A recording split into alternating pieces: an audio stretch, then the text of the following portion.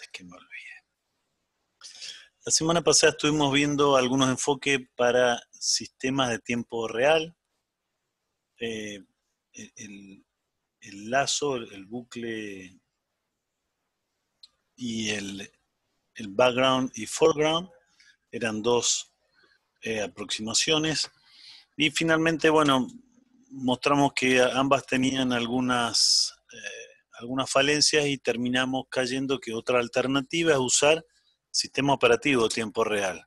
Voy a retomar las últimas 2-3 diapos que hicimos la semana pasada, que hablamos de ellas, y continuamos de ahí, ¿sí? Obviamente es otra alternativa de implantar sistemas de tiempo real, usando sistemas operativos de tiempo real. Básicamente son herramientas que nos permiten manejar fácilmente los compromisos temporales que tienen las tareas. Son determinísticos y cuando tenemos que administrar varias tareas, sobre todo que tienen que cumplir con plazo estricto, con distintos plazos, no siempre el mismo, bueno, ahí se empiezan a complicar los otros sistemas, que era lo que habíamos estado viendo, y caemos a utilizar sistema operativo tiempo real. La diferencia desde el punto de vista del usuario o del programador que van a encontrar con un sistema operativo de propósitos generales, que no encuentran un shell, no encuentran una interfaz gráfica, no encuentran nada, sino es más parecido a bibliotecas que le van a agregar a su aplicación, ¿sí? Entonces compilan todo junto y eso es lo que se ejecuta finalmente en el microcontrolador o en el hardware. Bueno, un poco volvemos a justificarlo. ¿Por qué usar esto? No es que lo queramos torturar. Eso, por ejemplo, simplifica la escritura de código. Yo puedo separar todas las cosas en tareas, entonces cada tarea le implemento una funcionalidad. Me permite escalabilidad. Digamos, si yo tengo algo funcionando y necesito nuevas funcionalidades, bueno, agrego nuevas tareas a esto. Obviamente va a ser escalable, pero no hasta el infinito, digamos. Tengo cierta restricción en cuanto a los tiempos, obviamente. Y otra parte interesante es que yo estas rutinas o esta parte del código la puedo reutilizar. Si yo lo hago lo suficientemente independiente del resto, podría usar módulos y usarlo en distintas implementaciones. ¿Qué otra cosa? Bueno, lo hemos charlado, el tema de ver los distintos tiempos, los tiempos de muestreo, o eso lo maneja bastante bien el operativo y vamos a ver ejemplos. En caso que no tenga ninguna tarea, genera solo una tarea que no hace nada. Bueno, y otro tema interesante es que hay una amplia oferta de RTOS. Entonces, como en algún momento les decía, en vez de pensar si tengo que hacer un proyecto en usar o no un RTOS, por ahí yo pensaría en qué RTOS usar para eso. Bien, la contra, ¿por qué no usarían esto? Bueno, obviamente, esto hace, la única manera de con un solo núcleo hacer varias tareas es hacer cambio de tareas o task switch. Eso obviamente usa tiempo, lleva un tiempo en que yo dejo ejecutar una tarea y pongo otra, como lo hemos visto. Obviamente esta rutina que se va a encargar de cambiar de tareas necesita estar escrita y estar en memoria, entonces ocupa espacio. Tenemos que guardar el estado de las tareas. En vez del PCB, del Process Control Block, este sería el TCB, le llamamos tareas acá, necesitamos, a medida que tenemos más tareas, y bueno, un espacio más grande en memoria, eso tiene que estar en RAM, entonces es una contra, obviamente depende de lo que yo quiera hacer. Otra es que yo no, a diferencia de los ejemplos anteriores que yo manejaba el tiempo a mano, acá yo no decido cuándo se ejecutan las tareas, sino está mi amigo el planificador que decide cuando él quiere, cuándo se van a ejecutar. Acá, a diferencia de los sistemas operativos de tiempo real, de los sistemas operativos genéricos, vamos a ver que el planificador es determinístico, entonces yo, si cumplo con ciertas reglas, yo voy a saber exactamente cuándo se va a ejecutar mi tarea o cuándo no. Bueno, eso es lo que escribí después. Bien, ¿sabes? Y otro tema es que no protege contra errores de programación. Generalmente estos microcontroladores no tienen MMU, entonces yo podría hacer líos. Sí, Marcos. Profe, no sé si hay una diferencia, pero el DMA, ¿uno lo puede considerar como parte del MMU o es un sistema completamente separado?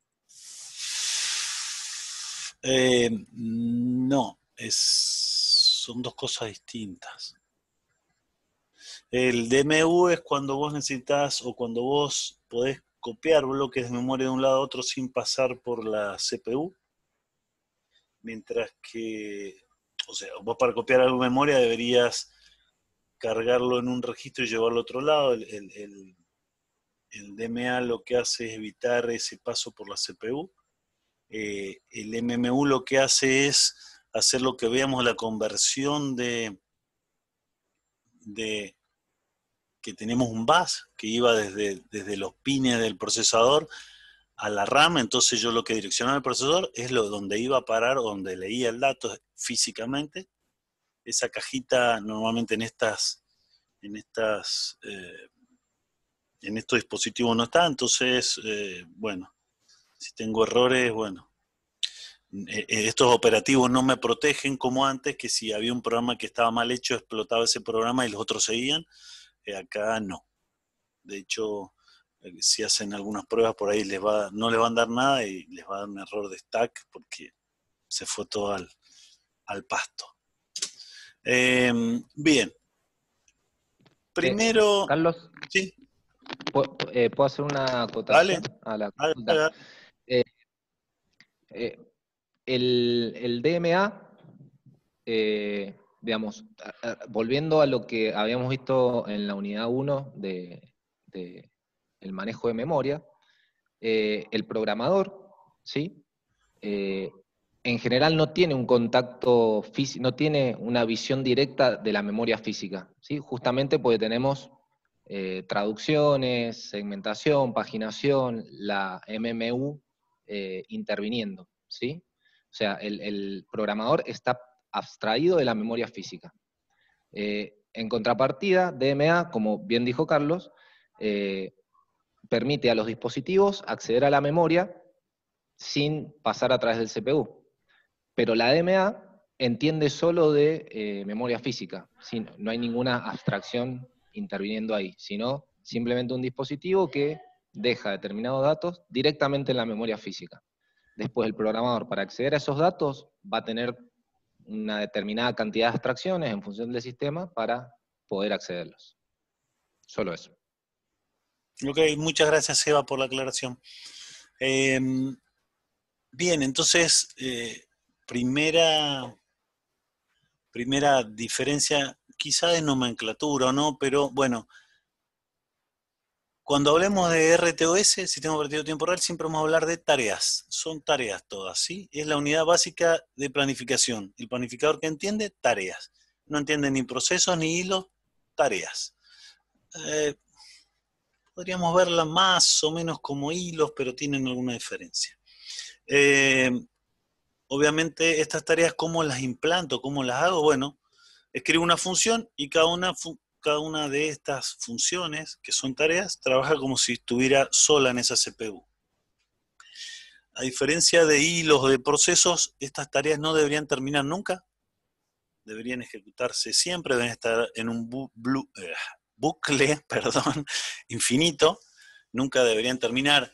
Bueno, ahí aclaro, por ahí quizá hay una tarea que se ejecuta al iniciar el sistema para inicializar algo, que eso después no se necesita nunca más, entonces bueno, yo específicamente podría decirle que termine, pero normalmente estos sistemas operativos, a diferencia de los de propósito general, yo lo prendo, hay 10 tareas que hacen 10 cosas específicas y van a seguir hasta que no lo apague, van a seguir esas 10.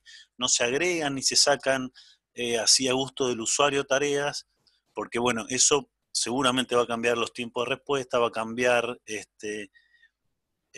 las reglas de juego para el planificador. Entonces, ¿qué va a pasar? Es que va a terminar siendo no determinístico y chao, se pudrió todo, no nos sirve para lo que queríamos. Entonces, es bastante importante que normalmente las tareas yo las pienso para que hagan algo y lo van a hacer siempre.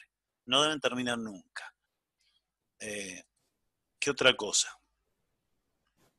Bueno, normalmente tienen prioridad de ejecución. Debería decirle cuánta memoria van a utilizar y obviamente qué función van a ejecutar. Esto es genérico, ya vamos a ver un par de transparencias más adelante cómo lo hace FreeRTOS, que es nuestro ejemplo a usar. Bueno, obviamente no nos vamos a salvar de los estados de las tareas. ¿Por qué? Porque si las tareas van a trabajar como si estuvieran solas, bueno, la que esté trabajando en un momento, el sistema operativo va a saber que está corriendo y las otras pueden estar en distintos estados. No tiene mucho distinto de... a ver qué sigue acá. Bueno, ahí está. No tiene mucho distinto de los estados que habíamos visto en sistemas operativos de propósito general. Yo tengo normalmente una tarea de ejecución porque estos dispositivos no tienen mucho más de un núcleo. Tengo tareas que están listas. La mayoría son... La deducida tiene 2 núcleos, ¿no? Sí, es asimétrico, pero igual FreeRTOS está viendo, si no me equivoco, solo el M4. El otro que podría correr otro sistema, digamos. Podría correr otra cosa, ¿sí? Sí. No sé si da Pero para no correr otro FreeRTOS, pero hasta por lo que leí, estamos usando solo el M4. Entonces, puedo tener, como les decía, tareas, la unidad de tareas, entonces puedo tener varias tareas en lista y otras tareas en bloqueada. Vamos a ver un poco más adelante cómo es el tema de cuál se elige de las listas para ejecutar, cómo se bloquean, cómo se desbloquean. Acá hay un tema importante, es que esta flechita, bueno, sí, no iba a hablar de expropiativo o no expropiativo, pero igual, esta flechita va a estar en el caso de que sea un sistema operativo o un planificador expropiativo. Significa que si una tarea se está ejecutando y no hace nada que la bloquee, si no está haciendo algún cálculo, lo que sea, en algún momento, si es expropiativo y hay alguna otra en listas que es más importante que se ejecute, si es expropiativo, lo que va a hacer esa tarea, la va a mandar de nuevo a lista y va a ejecutar la que el operativo crea que tiene que ejecutar, ¿sí?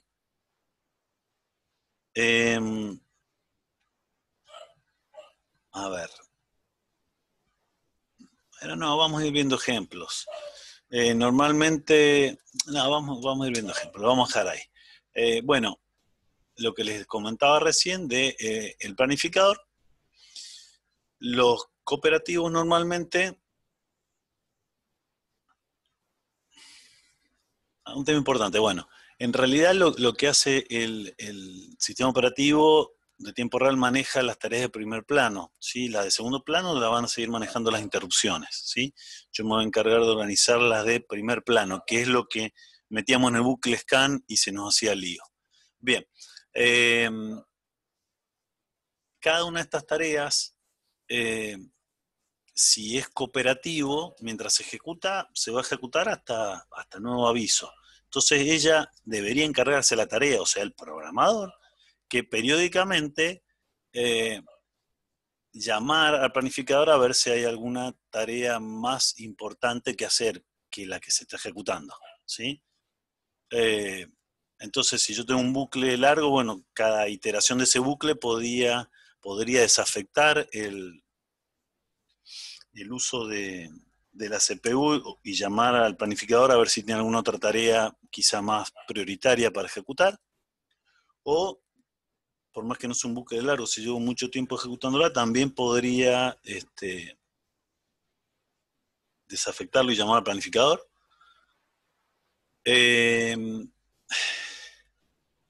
Cuando se bloquean, en realidad no haría falta llamar al planificador, porque lo que estaría pasando es que se está ejecutando y hago algo que la bloquee y viene a parar acá. ¿Qué sería hacer algo que la bloquee? ¿Qué creen ustedes?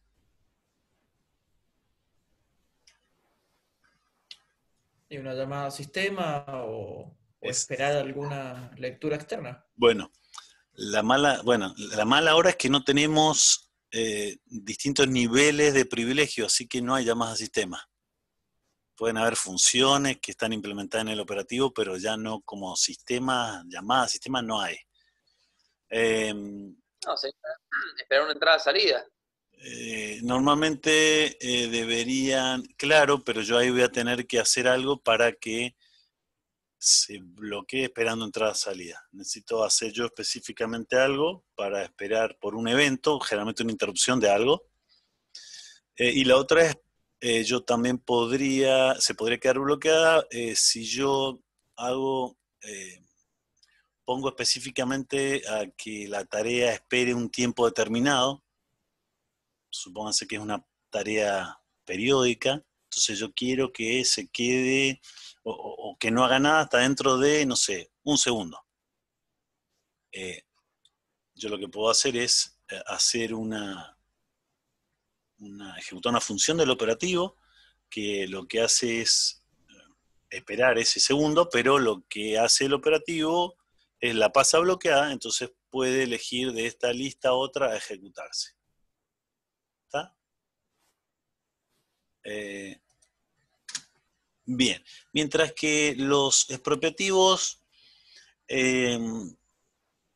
a diferencia del resto, tienen una interrupción que se genera, un timer de software genera una interrupción y lo que hace esa rutina es llamar al planificador periódicamente para revisar si hay alguna tarea a ejecutar más importante, ¿sí?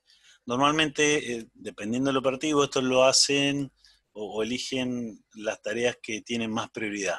Normalmente son por prioridades. Un par de temas interesantes y que los vamos a ver es, por ejemplo, en los cooperativos yo normalmente no tengo problemas de concurrencia. ¿Se acuerdan que lo habíamos visto en un libro que hablaba de coherencia cuando un dato se modifica? Normalmente no tengo problemas si los datos están compartidos entre tareas de primer plano. ¿Por qué? Porque yo decido cuándo mi tarea deja de ejecutarse. Entonces, si estoy en medio de copiar alguna variable o modificarla, después que la modifico, liberaré la CPU o llamaré al planificador o lo que sea. Entonces, normalmente no va a pasar eso, pero podría tener problemas si lo que yo quiero compartir es con tareas de primer plano y de segundo. ¿Por qué? ¿Por qué tendría problemas en ese caso? ¿Qué opinan ustedes? Se me ocurre que si, por ejemplo, entra una interrupción, que sería segundo plano, Claro. Y que la interrupción sea muy larga, por ejemplo, que pierda interrupciones de otra tarea. No, bueno, pero sería problema, eso serían otros problemas. Acá estamos hablando de concurrencia.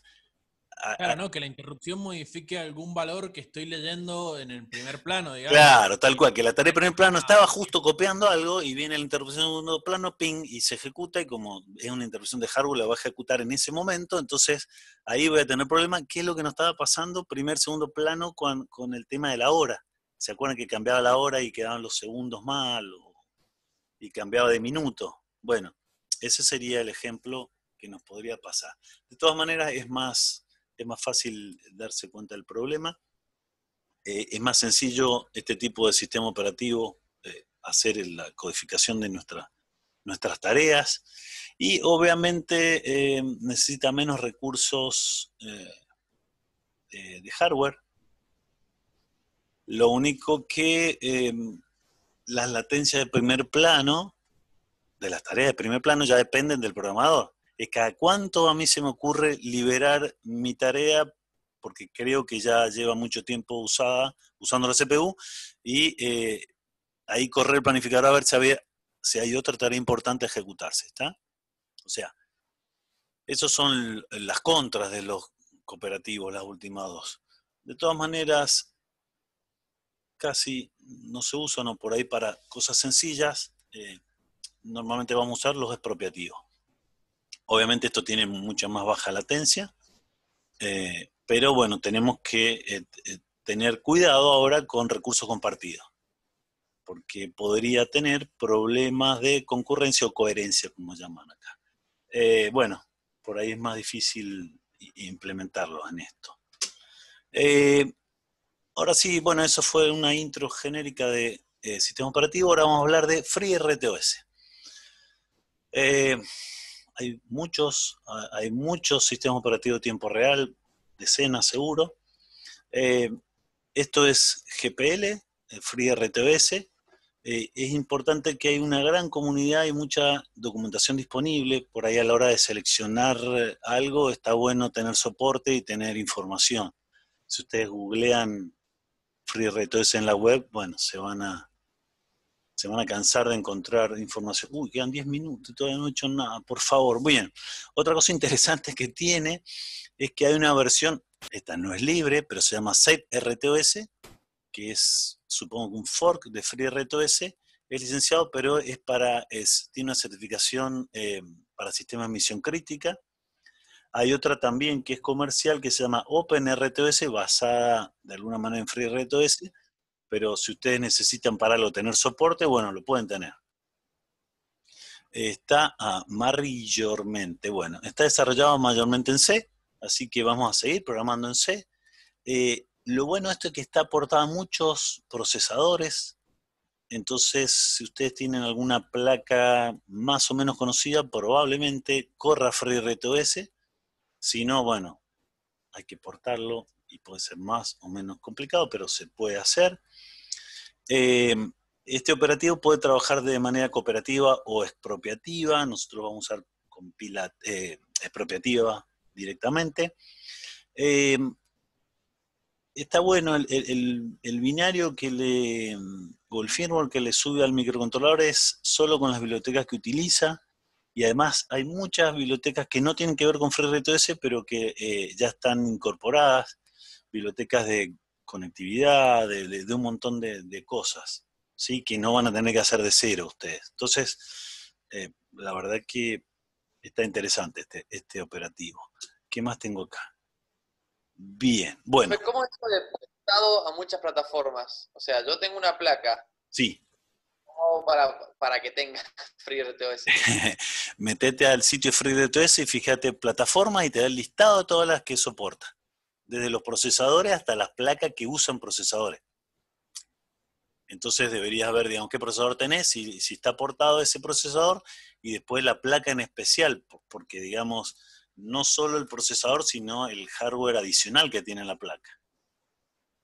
Y si no está portado, o sea, probablemente el procesador sí. Si tu placa específica no está portada, por ahí podés tomar alguna parecida y, bueno, y hacer algún trabajo adicional para portarlo, pero sí. Lo vas a encontrar en el sitio de freertos.org, creo que es. Bueno, el link está en el campus, se los puse la semana pasada. Bueno, vamos a arrancar con ya alguna función específica del operativo. Bueno, como les decía, vamos a ver el tema para arrancar las tareas en FreeRTOS. Son la unidad básica de planificación. Bueno, Richard Barry es uno de los que ha escrito, no sé si ha desarrollado el código, supongo que sí, pero ha escrito casi toda la bibliografía. Dice que las tareas como las implemento usando funciones de C. Y el prototipo es este. Void, el nombre de la tarea, y los argumentos es un puntero a void. Hay algo acá que van a ver, alguien me mandó una pregunta, a ver, chat. Sí, no, es viejo eso, perdón. ¿Cuánto tiempo tenemos?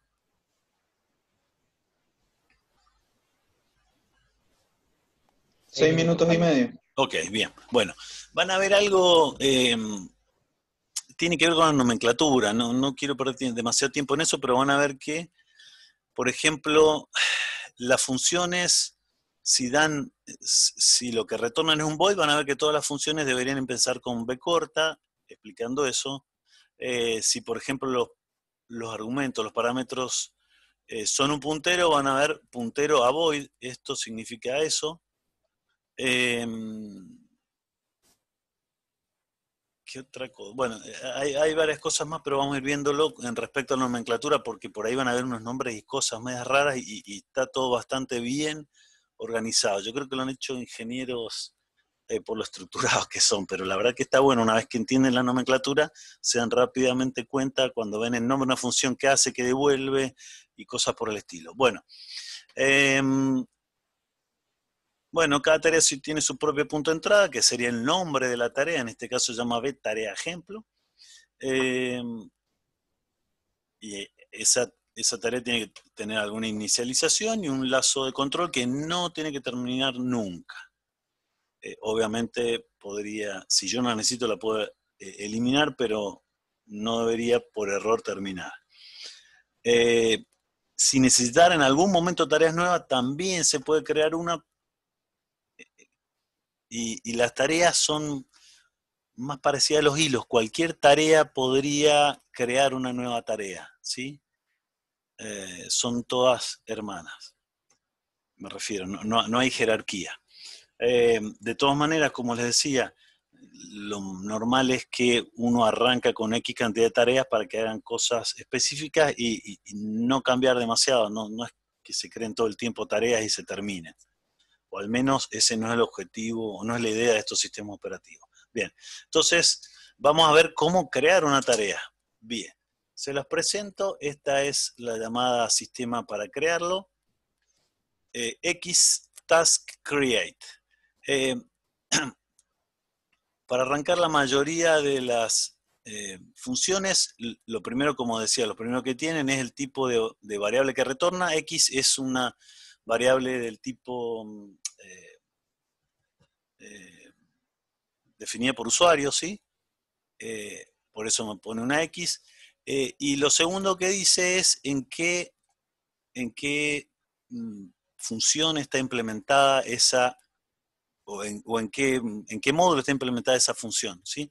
Van a ver que tenemos un módulo de tareas, de semáforos, de cola de mensajes, de, no me acuerdo, un par más, pero esto indica específicamente dónde está implementado. O sea, ustedes viendo esto saben que devuelve, dónde está implementado, cómo es el nombre de la tarea, y bueno, y estos son todos los argumentos. El primero es un puntero a void, y se llama task code, y obviamente lo que yo tengo que especificar como primer argumento es el nombre de la función que voy a llamar. Esta tarea se va a crear y va a ejecutar esta función. Es parecido a hilo esa parte, donde yo le ponía la función, ¿sí? El segundo argumento que tengo que especificarle cuando voy a crear una tarea es un puntero a char que es constante y es un nombre de tarea. Esto a los fines de FreeRTOS no tiene ningún uso. Se usa en las aplicaciones de debugging, sale el nombre de la tarea. Pero bueno, FreeRTOS no la utiliza. El tercer argumento es unsync S. La U es de unsync, la S de sync. Sí, tal cual. ¿Y qué es? Es el tamaño del stack, ¿sí? El tamaño del stack en words. Y ustedes dirán, ¿cuánto es words? Bueno, va a depender de la arquitectura. Podría ser 16, 32 bits, depende de en dónde lo estén corriendo en ese momento, ¿sí? Ustedes deberían poner cuánto de pila va a utilizar esa tarea. El cuarto parámetro es puntero a void, que son los parámetros que fíjense que este es el mismo que yo le había mostrado, este argumento que es el que recibe la función que voy a ejecutar, ¿sí? Podría ser nulo ese, profe. Podría ser nulo totalmente. El primero, segundo, el cuarto me dice... perdón, acá en cuanto a al stack en palabras, debería tener un valor y esto debería ser mayor a algo que se llama config minimal stack size. Todas estas macros, lo primero que nos dicen config es en qué archivo están. Ya vamos a ver, apenas vemos nuestro primer ejemplo, que cada programa tiene que ir asociado con un archivo de configuración y adentro le especifico todo lo que necesito, todo lo que quiero. Bien, entonces ahí va a tener un número mínimo de stack. Yo podría ponerle, por ejemplo, cuando lo cree, config minimal stack size y listo. O podría dar un número mayor, nunca menor, obviamente. Entonces con parámetros yo podría instanciar la misma función varias veces con distintos parámetros para que hagan cosas distintas, lo que acabamos de ver. Prioridad era el otro tema que decía que era un unsigned tipo X, type def, un type def unsigned, que esto básicamente me da la prioridad. Y la prioridad debería ponerla entre este valor y este valor -1, que otra vez esto está definido.